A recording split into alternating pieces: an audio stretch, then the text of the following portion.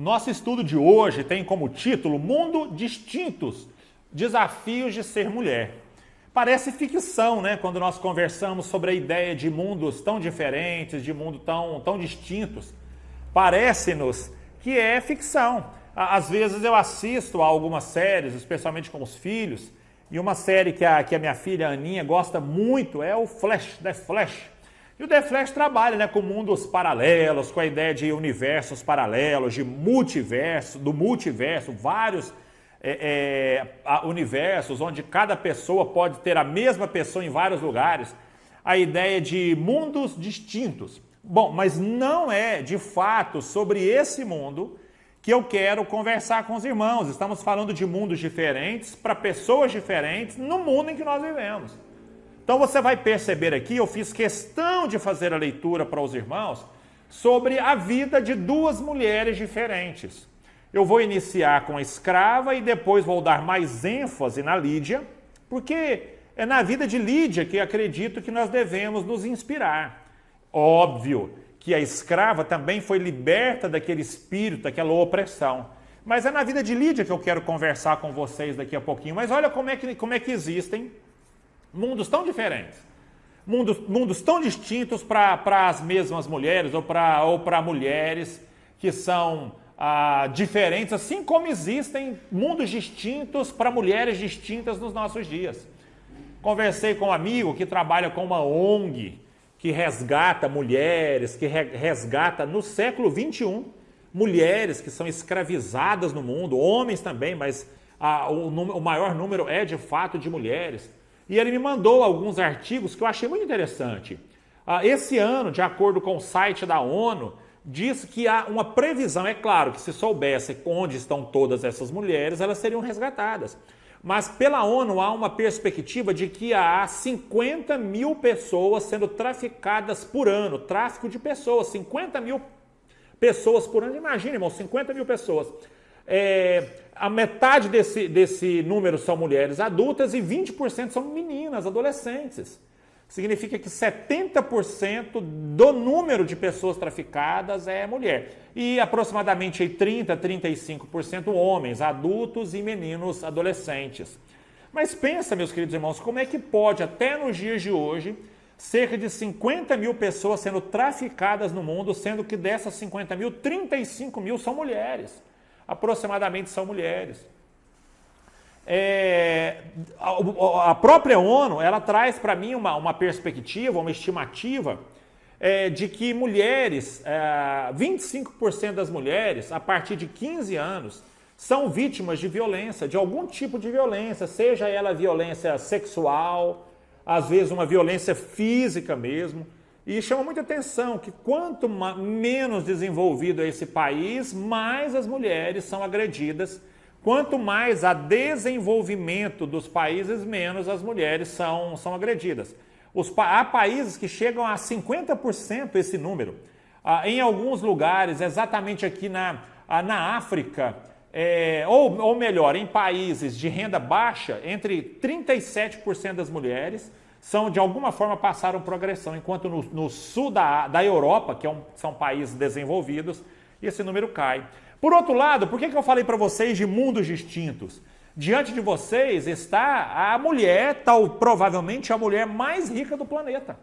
Agora a gente está vivendo aqui maio de 2021, nós estamos lendo, né? E lemos o divórcio do Bill Gates e da sua esposa. E pode ser que pela separação de bens ela venha se tornar a mulher ou uma das mulheres mais ricas do planeta Terra. Mas até esse momento é a herdeira da L'Oréal, esses produtos, né, de beleza, especialmente aí para cabelo. Essa mulher ela tem uma fortuna estimada em 73 bilhões de dólares. Percebe que é um mundo tão distinto. Mulheres sendo traficadas, levadas para países e alguns países desenvolvidos do mundo para serem exploradas sexualmente, outras para que possam ter órgãos retirados para tráfico de órgãos, para servir outras pessoas. Um número enorme de mulheres que são vitimadas pela violência sexual e também violência física, porque a violência sexual não deixa de ser uma das formas de violência física. E por outro lado, você tem uma mulher riquíssima, que tem aí 70 bilhões de dólares como patrimônio, quase 400 bilhões de reais.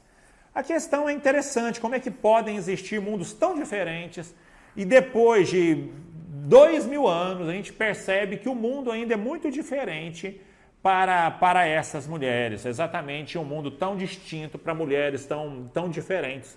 Que pena. Estou dizendo para mulheres e também seria esse mundo distinto para homens também. Mas o meu tema hoje ele é muito mais voltado para as mulheres, para as mães, e os homens vão aprender com a história dessa mulher. De fato, existem grandes desafios, muitos desafios para todos nós, há grandes desafios para todas as pessoas, especialmente desafios muito grandes para as mulheres, por causa do sofrimento sexual, moral, a opressão financeira e tantas outras coisas que existem ainda nos nossos dias. A mulher que nós estamos vendo aqui, que a Bíblia faz questão de me mostrar, é uma antítese.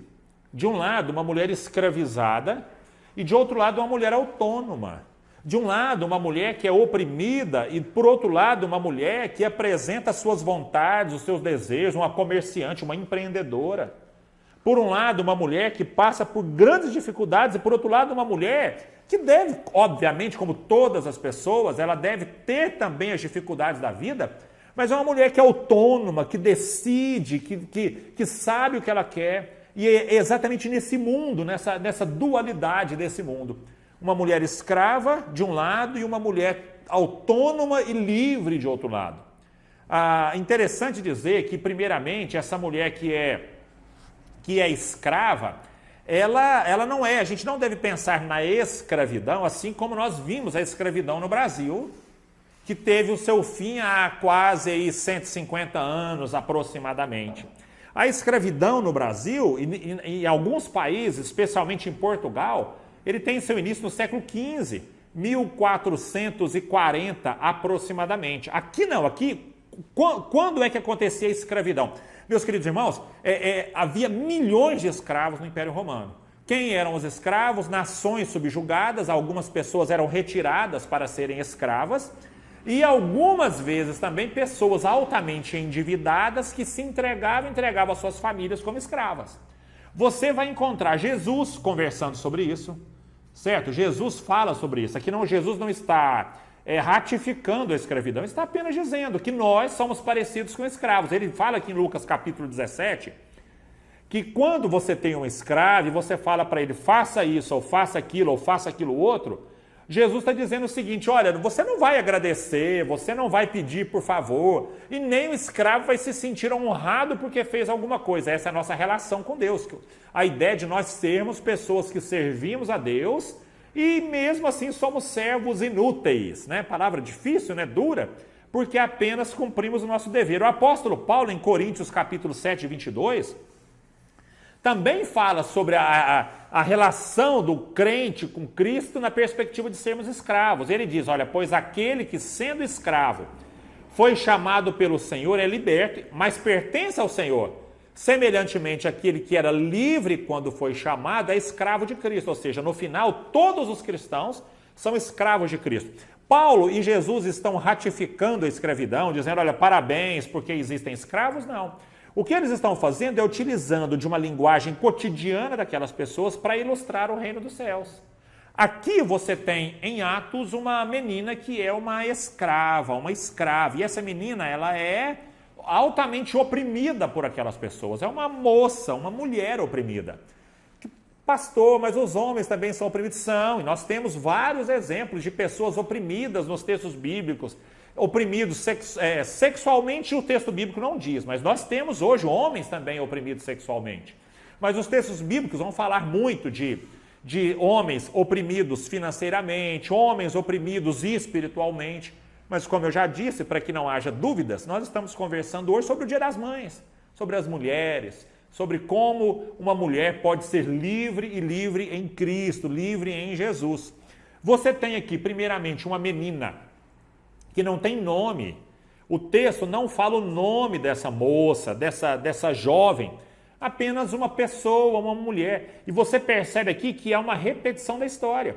No primeiro episódio de Lídia, que eu não vou entrar porque quero conversar mais profundamente com vocês daqui a alguns minutos, a Lídia, quando o apóstolo Paulo e as pessoas que estavam com Paulo encontram Lídia, ele estava a caminho do lugar de oração. E da mesma forma aqui, o Paulo também está a caminho do lugar de oração e encontra uma menina que é uma menina oprimida, que é uma menina que não tem nome, que não tem identidade, ela era apenas uma escrava. Você vai entender, meus queridos irmãos, que o fato de uma menina não ter nome tirava dela a sua identidade. Você sabe o quanto o nome nos textos bíblicos ele é importante. O próprio Saulo era Saulo e se tornou Paulo. Na Bíblia você tem muitas pessoas que, quando mudam de comportamento, quando mudam de história, mudam também de nome, O nome é reflexo de uma essência, de uma individualidade, de um comportamento, às vezes reprovado e às vezes aprovado, mas o nome faz parte da pessoa. E você tem aqui uma menina que não tinha sequer identidade. Você tem aqui uma menina que não tem sustento, ela é totalmente dependente de uma outra pessoa, ela é escrava. De fato, meu querido irmão, ela vive para enriquecer os outros. E quantas vezes hoje a gente ainda encontra no século XXI mulheres, homens e mulheres, mas de forma especial no dia de hoje, mulheres que não têm o mínimo para a sobrevivência, que não podem levar para sua casa o mínimo de sobrevivência, às vezes um pequeno desejo de um filho, um pequeno desejo de um neto. Você tem aqui essa mulher que não poderia ser livre. Como alguém pode ser livre se essa pessoa é totalmente dependente, inclusive, daquilo que é seu sustento básico? A dignidade também traz, o dinheiro também traz dignidade, sabe? Nós não podemos ter o dinheiro como Deus, porque o próprio apóstolo Paulo vai dizer, ele vai informar que a raiz de todos os males está no amor ao dinheiro, mas sem sombra de dúvidas o dinheiro também traz dignidade, a autonomia financeira também traz dignidade. Você tem aqui uma mulher, uma moça, uma jovem vivendo na dependência de outra, ela era escrava de uma outra pessoa e ainda enriquecia essas pessoas. E o pior de toda a escravidão que pode existir, porque a pessoa pode ainda ter comunhão com Deus, felicidade, alegria, não tem identidade. Existem pessoas no mundo, inclusive cristãos, que perderam a sua identidade, são prisioneiros por causa da sua religião, por causa da sua fé em Cristo, que não tem a sua identidade preservada, que não tem o seu nome, que não tem a sua autonomia preservada e é feliz porque está com Cristo. Nós conhecemos pessoas que vivem com uma dificuldade financeira tremenda, mas tem descanso no Senhor. O grande, talvez o maior dos problemas, não que os outros dois não fossem problema, mas há um problema que se sobrepõe aos outros. Era uma menina que não tinha Deus, que era oprimida espiritualmente. Ela era uma moça que era oprimida espiritualmente, ela vivia da opressão. E aí o apóstolo Paulo, aqui Lucas, na verdade, né, o narrador do texto bíblico, ele vai dizendo, olha, essa menina, ela vivia porque ela tinha um espírito, possuída de um espírito, e ela adivinhava, ela profetizava, ela revelava as coisas sobre as outras pessoas, inclusive sobre Paulo. Porque o texto diz que quando Paulo passava pela região e ela vinha, Paulo e seus amigos, ele falou, seguia Paulo e a nós, gritando, esses homens são servos do Deus Altíssimo. Ela, de alguma forma, ela interpretava a vida e revelava sobre eles. Uma mulher que não tinha Deus. Essa é talvez o maior dos problemas que essa menina podia experimentar. Por que dois mundos distintos, irmãos? Por que a Bíblia coloca os dois tão próximos um do outro? Por que Paulo, aqui, a história de Paulo, narrada por meio do evangelista Lucas, né? Aqui ele está trabalhando já com uma narrativa que não é o evangelho, mas uma narrativa dos primórdios, do início da igreja. Por que Lucas coloca as duas narrativas tão próximas uma da outra? Por que as narrativas estão tão próximas, tão ligadas uma à outra? A ideia de duas mulheres de dois mundos distintos, uma escrava possuída por um espírito mau, oprimida espiritualmente, sem nome. Mas, por outro lado, a gente vê uma outra mulher, que é de fato o que eu desejo para as mães, que é de fato o que eu desejo para as mulheres, que é de fato o que eu desejo para as avós, para as irmãs, para as amigas, para as mulheres e também para os homens que aprendem com ela. Aqui você vai encontrar uma mulher livre, uma mulher que tem certezas, uma mulher que tem autonomia. Queridos irmãos, submissão bíblica não tem nada a ver com autonomia, são assuntos totalmente diferentes, muito mal interpretado pelo mundo lá fora. Servidão a Deus, na figura de um servo daqui do seu Senhor, não tem nada a ver com autonomia. Autonomia é muito diferente disso que disso que o mundo pensa. Os grandes defensores da autonomia feminina, muitas vezes, como eu vi uma cantora esses dias fazer, é uma mulher que vende uma imagem de uma mulher objetos totalmente sensualizada para quem mora fora do país. Então, é totalmente errado. A autonomia bíblica, ela vai pensar sobre questões extremamente importantes aqui. São autônomas mesmo, são mulheres autônomas. Isso não significa que não estão ligados por laços de missão em comum com seu esposo, com a sua família, que não estão ligados por laços de servidão a Deus e a Cristo, nada disso. Mas você vai encontrar aqui nesse momento uma mulher que é uma mulher autônoma, uma mulher cheia de certezas, que faz o contraponto com a menina escravizada, e é isso que eu quero conversar com vocês neste momento, sobre as certezas de uma mulher livre, de uma mulher verdadeiramente livre. Lídia, a vendedora de certezas, a mulher tinha certeza da sua importância. Perceba comigo, meu irmão, que a escrava não tinha nome, essa aqui tem nome, Lídia. Existe um site que fala sobre nomes das pessoas da Bíblia.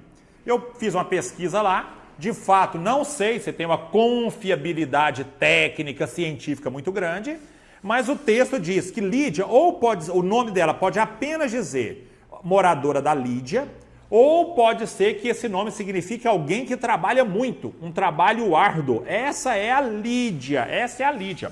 Qual que é a história e por que essa mulher é tão importante? Essa mulher é o seguinte: o apóstolo Paulo, ele vem descendo ou subindo, né, geograficamente, a Ásia, Europa. Bom, vamos esquecer o subir e o descer. O apóstolo Paulo tinha uma outra perspectiva de evangelismo, de evangelização.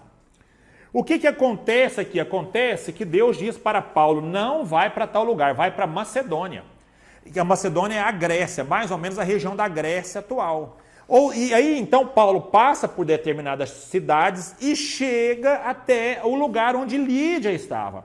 Então, ele vai chegar aqui em Filipos, na Macedônia, uma colônia romana, onde Lídia estava ali com as amigas. Ela estava com as amigas. Sabe o que me chama demais a atenção, meus irmãos? O quanto essa mulher era importante para Deus? A primeira crente com o nome registrado na Bíblia na Europa é Lídia. Esse é o primeiro nome de um crente europeu com nome. Pode ser que outras pessoas tenham se convertido, pode ser que há uma outra história intermediária, ele passa em algumas cidades antes de chegar aqui, mas nominalmente a primeira pessoa que tem nome como primeiro crente, o primeiro cristão europeu convertido no ministério de Paulo, nas terras europeias, essa mulher se chama Lídia. Ela é tão importante que ela mesma diz o seguinte: venham para minha casa, eu quero receber vocês. Era uma mulher que tinha certeza da sua importância. Não era uma mulher que se diminuía, ou uma mulher que se via menor do que qualquer outra pessoa. Deus, para alcançar a Europa, Deus movimenta toda a história do apóstolo Paulo. E a primeira pessoa com a qual Paulo tem contato para a conversão e tem nome na Bíblia, essa pessoa se chama Lídia. Como o mundo trata as mulheres? Talvez com uma parte tão grande de violência sexual, de violência moral, de violência financeira, de violência física. Como é que o mundo trata a mulher? Talvez como boa parte dos tráficos humanos. eles vêm dos tráficos de mulheres, levando e trazendo de forma forçada as mulheres, mas a Bíblia não trata as mulheres assim. Nós estamos numa cultura machista, judaico-cristã, meu irmão. A primeira crente europeia se chama Lídia, era uma mulher. As mulheres são extremamente importantes para o Evangelho.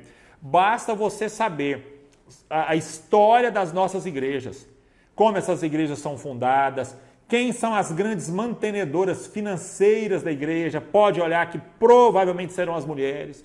Quem são as mais fiéis em oração são as mulheres. Aquelas que de alguma forma são as mais frequentes nas coisas da igreja são as mulheres. As mulheres têm uma extrema importância no reino de Deus. Uma extrema importância no reino de Deus.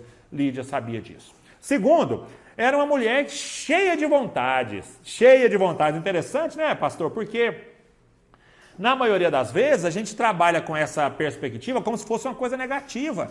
Certinho? Não. Positivamente. Acho que a questão da vontade é o seguinte. Nem sempre as vontades coincidem com as boas prioridades. Mas eu sei que as minhas vontades, elas determinam também quais são as minhas prioridades. As minhas lutas, os meus desejos, aquilo que eu tenho de fato, vontade, de alguma forma define a minha prioridade. Eu não quero adiantar muito sobre prioridade, porque é uma terceira certeza que eu vejo aqui no texto quais eram as prioridades da Lídia. Mas era uma mulher que tinha vontade, Primeiro, ela estava se reunindo ali com umas amigas, ela estava reunida ali com algumas amigas. A gente não sabe por quê. Será que ela estava em oração?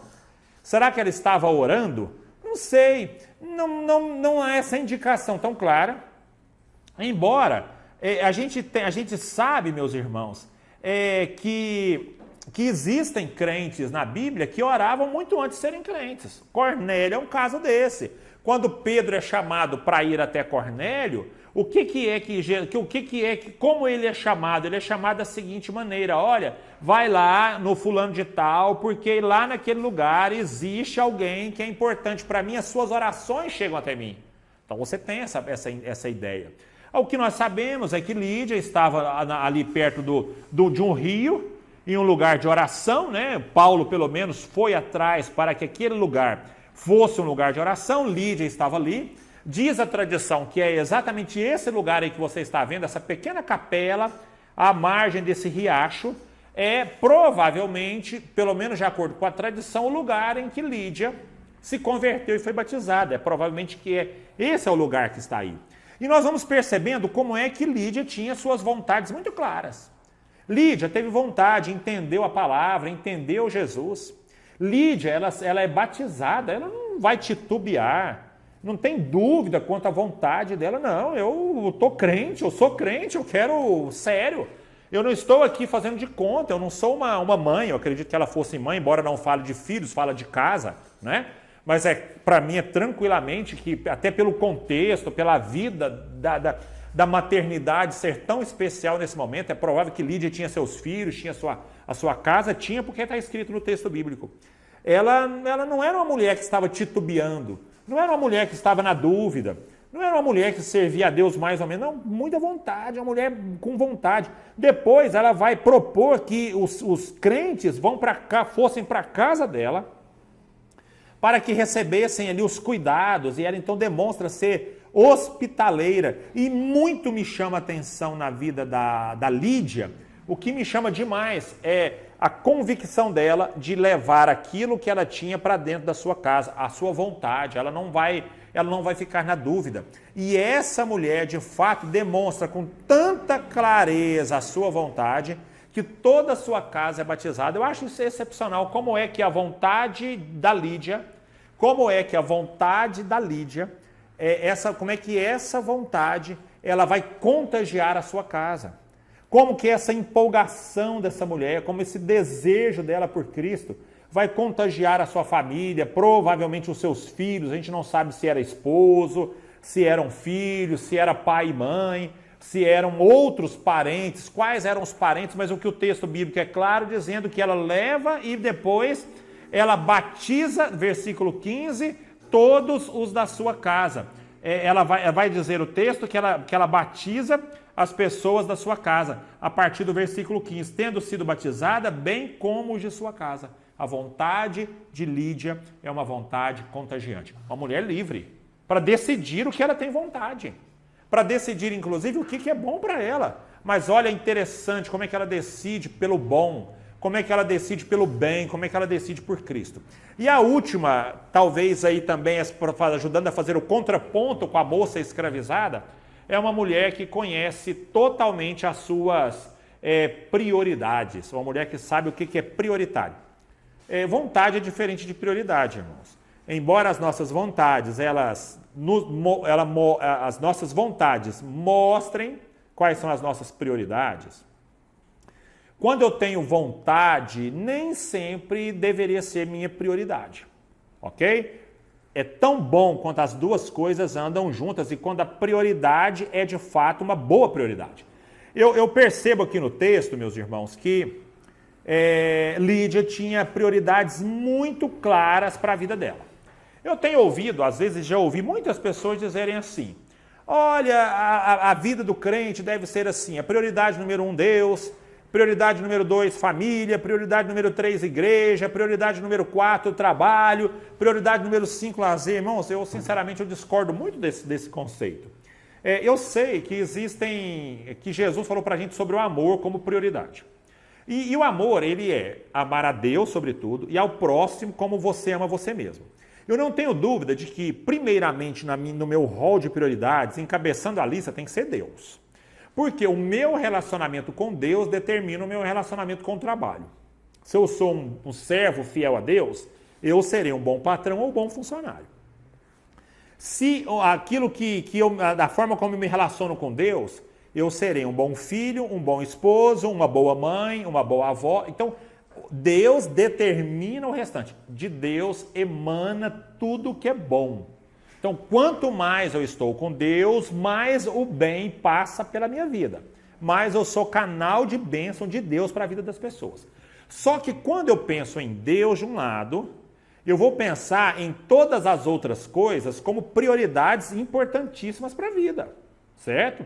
Cuidado, porque senão eu vou começando a colocar coisas ainda em prateleiras e eu não acredito que de fato seja assim. Eu tinha um professor na faculdade, o professor Antônio de Deus, uma pessoa sensacional, e ele dizia o seguinte, que o homem livre, ele é senhor, inclusive, do seu tempo.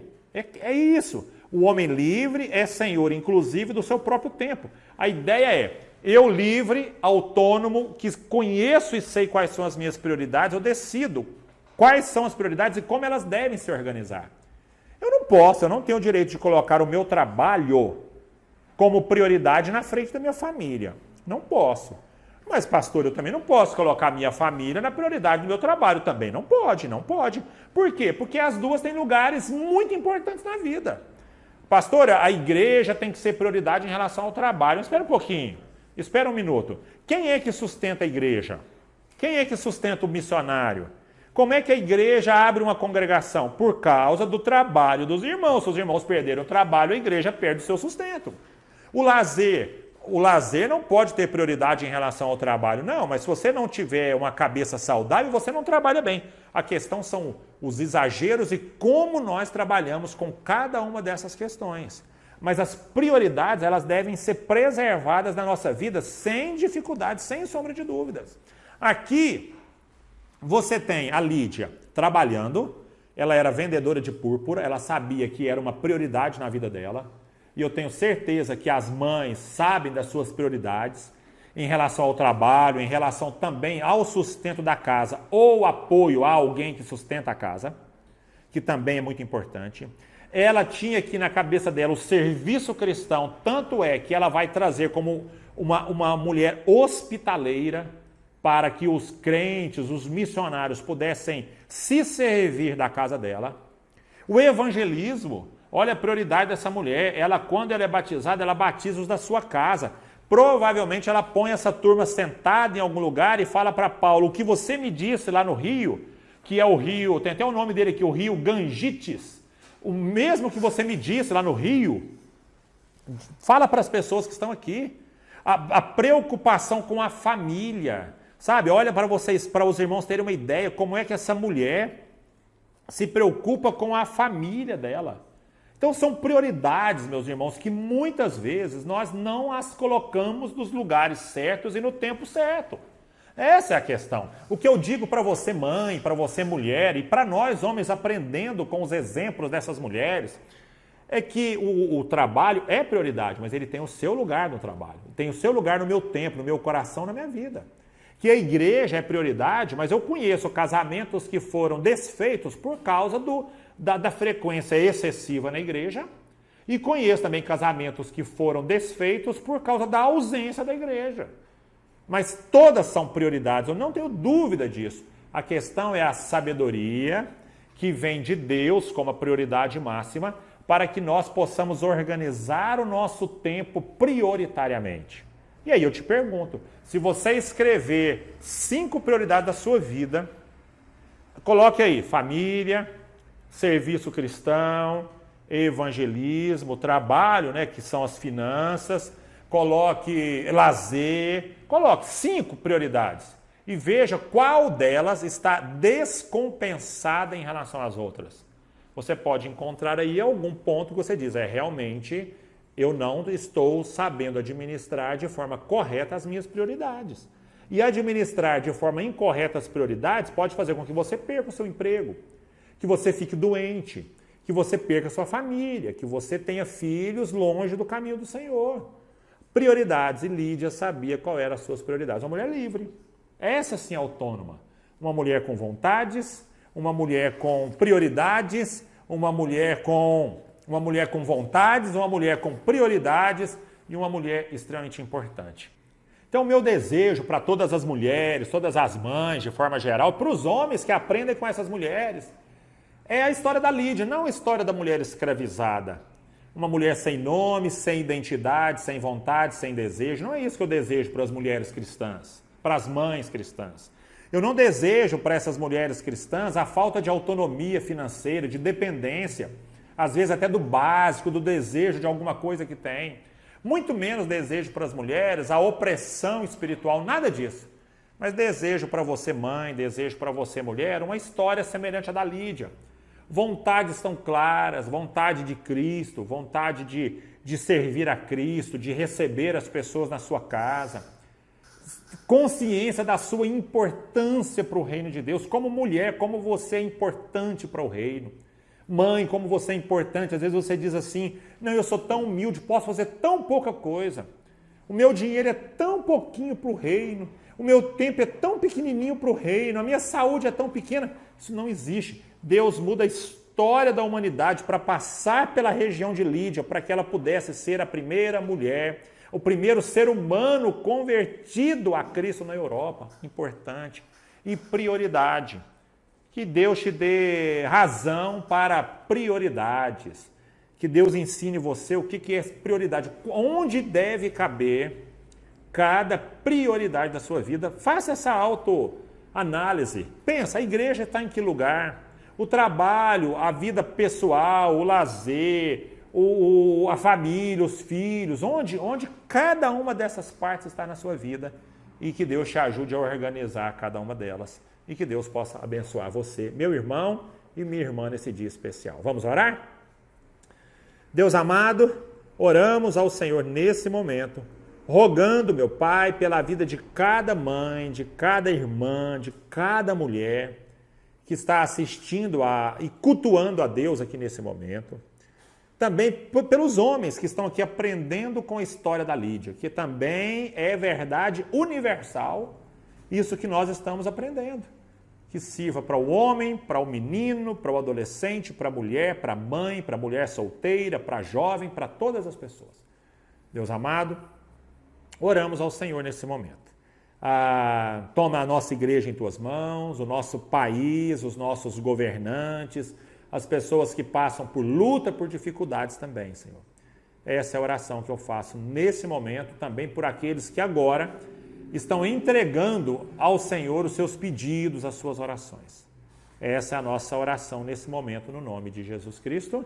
E que o amor de Deus, a graça do nosso Senhor e Salvador Jesus Cristo, o consolo, a comunhão e o conforto do Espírito Santo possam estar com cada um de nós aqui neste lugar, com todos os nossos irmãos em todos os lugares da terra, hoje, amanhã e até a volta bendita e gloriosa do Senhor Jesus. Amém, amém, amém.